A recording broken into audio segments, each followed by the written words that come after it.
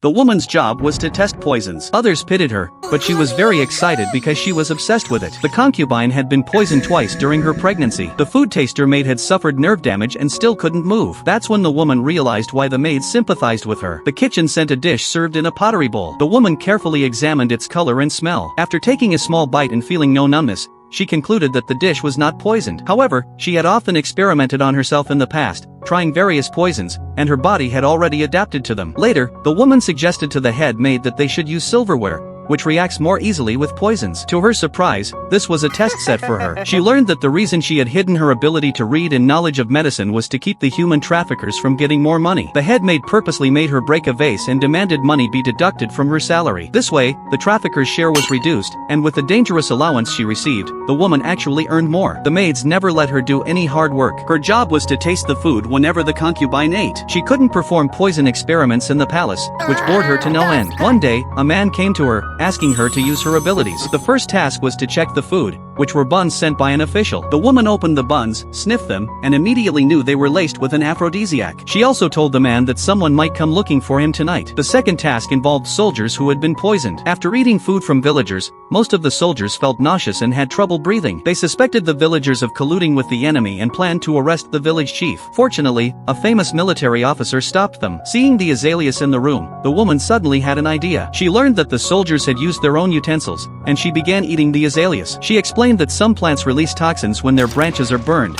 so the soldiers might have been poisoned by burning this plant. As she was about to leave, the man suddenly asked if she could make aphrodisiac drugs. The woman was puzzled, but then she got excited at the thought of preparing the medicine. She said that with the right materials and tools, she could do it. The next day, the woman went to the palace's medical bureau with a small basket. The quack doctor was somewhat displeased that she was there. The man told her she could use any of the herbs there. It was the first time she had seen such a complete selection of herbs. She smiled widely and even started dancing with joy. After gathering the materials and mixing them, the woman quickly finished making the medicine. The result resembled chocolate, and they just needed to cool down. Do you think the woman was truly suited for the job of food tester?